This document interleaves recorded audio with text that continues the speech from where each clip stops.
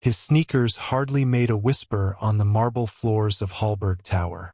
At this hour, long past midnight, the 30th floor glowed only with the ghost light of the city, a shifting reflection of New York's sleepless skyline. Malik Thompson moved through it like a shadow, mop bucket rolling softly behind him, the citrus scent of disinfectant following in his wake. Most people never noticed him. They saw the blue coveralls, the latex gloves, the badge that said custodial, and their eyes slid past him like he was part of the decor. That suited Malik fine. He wasn't here to be noticed. He was here to earn a paycheck, keep the landlord quiet, and keep his mom's medicine stocked. Nothing noble about it, just survival. Still, some nights, when the elevators chimed and the glass doors whispered shut, he looked out at the glittering spires of Manhattan and wondered what it might feel like to belong up here, to be one of the people whose names were etched in brass outside corner offices. He wrung out the mop, humming low under his breath, a tune his grandmother used to sing on humid Brooklyn nights. He'd nearly finished the executive corridor when a faint murmur drifted from the boardroom. Low voices, too late for any meeting. Malik frowned. He'd thought the floor was empty. He moved closer, careful to stay in the shadows. Through the tinted glass, he saw two figures. One he recognized instantly, Gareth Cole, the company's chief financial officer. The man everyone said was the right hand of Victoria Halberg, the brilliant and notoriously private CEO of Halberg Enterprises. Gareth's white dress shirt glowed under the recessed lighting, sleeves rolled high, his expensive watch flashing as he gestured toward a sleek silver laptop. The other person, a tall man in a gray trench coat, stood half in shadow. Malik couldn't see his face, but the words offshore accounts and wipe it clean before audit floated out, clear as if they'd been whispered to him directly. He froze, heart thudding. Wipe it clean. Gareth leaned over the laptop. Malik saw the glint of a small black flash drive. He slid it into the port, typed something, then nodded to the man in gray. Malik's breath caught. He wasn't a tech expert, but he knew enough to recognize something wrong when he saw it. Then Gareth turned, sudden, sharp. Malik ducked behind the frosted column, pressing himself against the cool glass. He counted to 5, 10. The footsteps faded. When he looked again, the boardroom was empty. Malik didn't sleep that night. He tossed on the narrow cot in his Bronx studio, the city noise muffled by cheap walls. His mom's old voice echoed in his mind. "Baby, if you see a fire, you don't walk away just because it's not your house." By dawn, he'd decided. He couldn't ignore what he'd seen. Maybe he'd get fired. Maybe worse. But he couldn't mop over a crime. At 8:15 a.m., Halberg Enterprises roared back to life. The lobby filled with suits and chatter, security badges flashing blue. Malik kept his head down, pushing his cart past the reception desk toward the executive elevators. He rehearsed what he'd say. "Excuse me, Ms. Halberg. I think someone accessed your laptop last night." No, too direct. Maybe start with, "I'm sorry to bother you, ma'am." He shook his head. Nothing sounded right. When the elevator doors opened onto the top floor, he almost turned back. But then he remembered his mother's insulin monitor beeping last week and the bill folded in his back pocket that he hadn't paid yet. Courage wasn't about not being scared. It was doing what you had to do anyway. He knocked. Once. Twice. The door opened. Victoria Halberg looked nothing like the tabloid photos. In person, she was sharper. Sleek auburn hair, tailored navy suit, expression honed by years of not tolerating excuses. She was one of the youngest female CEOs on Wall Street, the kind who made senators wait for her schedule. "Yes." Her tone carried both curiosity and impatience. Malik's mouth went dry. "Ma'am, I'm sorry to interrupt. I work nights here in maintenance." "I can see that," she said. "Is something wrong with the facilities?" "No, ma'am. It's about Mr. Cole. That got her attention. Her gaze narrowed slightly. Gareth? Yes, ma'am. I saw him last night in the boardroom. He wasn't alone. There was another man and they were talking about accounts. He put a flash drive into your laptop. For a moment, the only sound was the hum of the air conditioning. You're accusing my CFO of…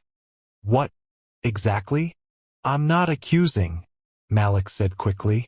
I just thought you should know. Victoria studied him. To her, he was probably just another uniform. Do you have any proof? He hesitated. No, ma'am. Just what I saw. Do you realize, she said quietly, that what you're implying is a serious allegation? And if it's untrue, it could cost you your job, and a great deal more. His pulse hammered. I understand. I just didn't want you blindsided. She looked at him a long moment, eyes unreadable, then turned back toward her desk. Thank you for your concern, Mr. Johnson. That will be all. The door clicked shut. Malik stood there for several seconds, staring at the brushed steel handle. Then he exhaled, long and shaky, and walked away. Back in the janitor's break room, the fluorescent lights flickered. Malik sat on a stool beside his mop bucket, staring at his hands. Maybe he was crazy. Maybe he'd just destroyed what little stability he had. He'd done the right thing. It just didn't feel like it. Inside her office, Victoria Halberg didn't move for nearly a minute. She prided herself on composure, but the young man's words unsettled her. Gareth Cole had been with her since the beginning, through the startup grind, the IPO, the mergers. She trusted him implicitly, and yet, her laptop had been glitchy that morning. A lag here, a missing file there. Coincidence? She crossed to the security terminal on her desk, keyed in her access code, and pulled up the surveillance interface. Cameras covered every inch of the executive floor. She scrolled through the feed. At 11:07 p.m., the boardroom lights flared. Two figures entered, Gareth and another man, face obscured by the camera angle. She hit zoom. The man slid something into her laptop. Victoria froze. She watched again, slower. The motion was unmistakable. When the footage ended, she leaned back, eyes cold. The janitor, Malik Thompson, had told the truth. By mid-afternoon, the building hummed with its usual rhythm. Gareth Cole strode through the corridors, silver cuff links flashing, every bit the confident executive. He stopped by Victoria's office, knocked, and stepped inside without waiting. You wanted to see me? He asked. Victoria closed her laptop slowly. Yes, closed the door. Something in her tone made him frown. Everything okay? Depends, she said evenly. Where were you last night at 11? He laughed. Working, same as always. Why? She tilted her head. In the boardroom? The laugh faltered. Excuse me? I checked the cameras. Gareth's color drained slightly. Then he recovered with a practiced smile. Oh, that. I was prepping for the quarterly review, wanted to cross-check data with an external consultant. Didn't think it warranted a memo. Consultant's name? Does it matter? It matters. He hesitated just long enough to answer the question she hadn't asked. Victoria rose. We'll continue this with our internal auditor present. He forced a chuckle. You don't actually believe some janitor's gossip, do you? Her eyes sharpened. I believe what I see. That night, long after everyone left, Victoria sat alone in her office, city lights painting her desk in silver and gold. She opened the system logs. File traces, hidden transfers, lines of code that shouldn't be there. Each entry pointed to one conclusion. Gareth had been siphoning funds through shell vendors, small enough to slip under compliance radar. The total over 17 million. She leaned back, stunned. Outside, The wind howled against the glass. In the quiet hum of Halberg Tower, the woman everyone thought untouchable felt, for the first time, betrayed. The next morning, Gareth Cole didn't show up. His phone went straight to voicemail. His apartment in Tribeca empty. His car abandoned near the Brooklyn Bridge. Victoria stood by her office window, watching the gray clouds roll over Manhattan. Somewhere down there, a young man in a janitor's uniform was probably scrubbing the marble floors again, unseen. She picked up the phone. Security. Yes, Ms. Halberg. Send Malik Johnson to my office. Now. By the time Malik reached the executive floor, the morning rush had thinned into a nervous hush. Rumors ran faster than elevators in Halberg Tower. Someone had said the CEO's car was still parked downstairs. Someone else whispered that the police were asking about the CFO. Malik didn't know any of that. He only knew the summons on his radio crackled with authority. Report to Ms. Halberg's office immediately. He stopped outside the glass doors, wiped his palms on his coveralls, and knocked once. Come in. Victoria Halberg stood by the window, jacket off, sleeves rolled to her elbows. The skyline stretched behind her like a restless ocean of steel. She turned when he entered. Mr. Johnson, she said, voice measured. Sit down. He perched on the edge of a leather chair, uneasy under the weight of so much silence. You were honest with me, she began. What you saw was accurate. Mr. Cole was involved in serious misconduct. He's gone.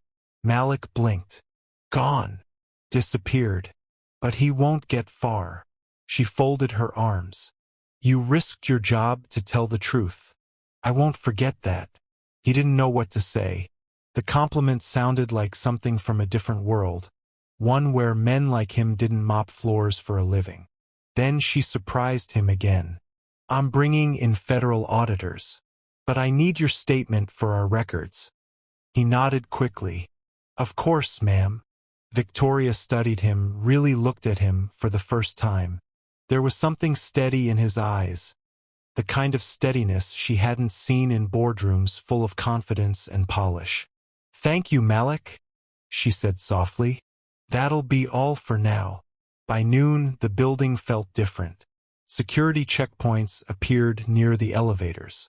A small team of investigators from the company's legal department set up temporary offices in a glass-walled conference room. Employees passed Malik in the halls without the usual indifference. Some offered quick smiles, others whispered behind his back. In the break room, Rosa Mendez, the head of security, handed him a coffee. You've started quite the storm, kid. He frowned. I didn't mean to. Yeah, well, truth has a way of meaning itself. She sipped from her mug. Cole was smart. Covered his tracks through 3 dummy firms. Without that camera footage, we might never have caught him. Malik blinked. Footage? Halberg pulled the files last night. You were on the hallway camera. Heat crawled up his neck. I wasn't. Relax. Rosa chuckled. You're the hero in this one. The word hero felt heavy, like an ill-fitting coat. That evening, as dusk turned the Hudson to molten gold, Victoria sat in her office staring at the numbers on her screen. $17.8 million gone. Months of false reports, fabricated vendor names, offshore accounts routed through a digital labyrinth. She'd built Halberg Enterprises from nothing. Seed funding, sleepless nights, and ruthless precision. Betrayal wasn't in her vocabulary. Morning came with headlines that felt like tremors. CFO still missing. Halberg Enterprises under federal watch. CEO Victoria Halberg cooperates with authorities. Mysterious janitor tips off billion-dollar fraud. Victoria stared at the screen, weary but unbroken. She had spent the night giving statements to investigators and answering panicked calls from investors across 3 continents. But beneath the exhaustion, something else stirred. Clarity. The empire she'd built wasn't collapsing. It was being purified. She stood, buttoned her blazer, and walked to the glass wall that overlooked the city. Down below, taxis honked and crowds flowed through the morning haze. She thought of Malik, probably somewhere downstairs wiping fingerprints from elevator doors, while the world debated his story. He had no idea that, in less than a week, he'd become a symbol. The building buzzed with tension. Reporters camped outside. Employees whispered in corners. The scent of burnt coffee and fear hung in the air. Every executive wondered who might be next, whose name might appear in the auditor's reports. Malik felt the pressure too. Every camera that turned his way made him nervous. He didn't want fame. He only wanted his job, his paycheck, and a little peace. But peace had never come cheap. Rosa Mendez caught up with him near the security desk. "You've got someone waiting upstairs," she said. "FBI agent. Name's Porter." Malik blinked. "The FBI? Relax. You're not in trouble. Yet." She grinned to take the sting out of it.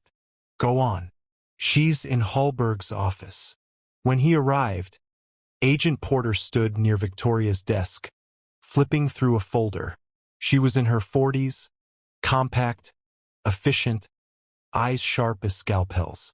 "Mr. Johnson," she said, extending a hand. "Heard a lot about you." Malik shook it warily. "We've analyzed the data from the warehouse," she continued. "You were right. There's a trail connecting Gareth Cole and that mystery man. Real name is Jonas Keene. Ex-systems analyst. Fired 5 years ago for insider trading." Victoria crossed her arms. "What's his angle?" L'ouvrage, porteur replied. He and Cole were rerouting company funds to a network of shell accounts. But that's not all. They were also transferring proprietary research files. Quantum encryption protocols. Worth millions on the black market. Malik frowned. "So this wasn't just theft." "No," Porter said. "This was espionage." 2 days later, the Bureau arranged a sting. They traced Keene's encrypted messages to a contact scheduled to meet him at the East River docks. Victoria insisted on attending. "Absolutely not," Porter said. "It's an active field operation." "I'm the target of the crime," Victoria countered. "You need me to confirm the documents." Porteur sighed. "Fine. But you stay in the car." Malik, somehow, ended up in the back seat beside her as the surveillance van idled by the waterfront. The night was cold, mist curling off the river. Through the cracked window, they watched a figure approach the edge of the dock. Jonas Keene, trench coat billowing in the wind. Another man waited for him, a courier with a briefcase. "Wire transfer in progress," an agent murmured into his headset. 10% upload complete. Then, out of nowhere, headlights flared. A black SUV screeched around the corner, tires spraying gravel. "Move, move!" Porteur barqued. Chaos erupted. Agents swarmed the docks. Keene bolted, briefcase in hand. Porter chased him between cargo crates. Malik, against every order in the book, jumped out of the van and ran after them. "Malik!" Victoria shouted, but he was gone. Keene sprinted toward the edge of the pier. Rain hammered the wooden planks. Malik followed, lungs burning. "Stop!" he yelled. Keene turned, desperation flashing across his face. "You should have stayed invisible, kid." He swung the briefcase like a weapon. Malik ducked, grabbed his arm, and the two struggled at the water's edge. The case hit the ground and popped open, bundles of drives spilling out like silver fish. Keene shoved Malik backward. "You think she cares about you? You're a story, nothing more." Malik steadied himself, breath ragged. "You don't get to decide who matters." Before Keene could lunge again, Porter appeared, weapon drawn. FBI. Hands where I can see them. Keen froze. Then, slowly he smiled. A strange, defeated smile, and raised his hands. The operation was over. By dawn, news broke nationwide. FBI foils cyber heist at Halberg Enterprises. Missing CFO linked to industrial espionage ring. Janitor's testimony leads to $1,000,000 recovery. Malik watched it all from the staff cafeteria, a paper cup of coffee in hand. Every television screen carried his name. It didn't feel real. Rosa slid into the seat across from him. "You're famous now," she said, half grinning. "Yeah, just what I always wanted." "Jokes aside," she said, her tone softening, "you did good. Don't let anyone make you feel small about it." He looked out the window, where dawn light spilled across the city skyline.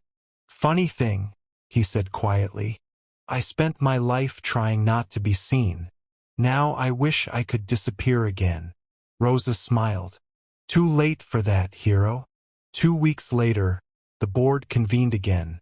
This time without tension, without shadows. The investigation had concluded. Gareth Cole was in custody. Jonas Keene faced multiple federal charges. Victoria stood at the head of the long oak table, the same spot where she'd once doubted the janitor who saved her company. "Ladies and gentlemen," she began, "Halberg Enterprises has survived one of the most dangerous crises in its history, and we owe that survival to integrity, one person's integrity to be exact." The doors opened. Malik stepped in, uncertain. Executives rose from their seats, applauding. The sound filled the room like thunder. Victoria gestured toward him. "Mr. Malik Johnson." He reminded us that integrity doesn't come with a title. It comes with courage. She turned to him, smiling. "Which is why, effective immediately, I am appointing Mr. Johnson as Director of Corporate Integrity and Operations Support. His perspective, his honesty, and his humanity will guide how we conduct ourselves from this day forward." The room erupted again. Malik stood frozen. "Mom, I don't have a degree." "I'm not." Victoria cut him off gently. "You have something more valuable. You see what others miss. That's what this company needs most." His throat tightened. "Thank you." "Don't thank me," she said softly. "Just keep being you." Weeks passed.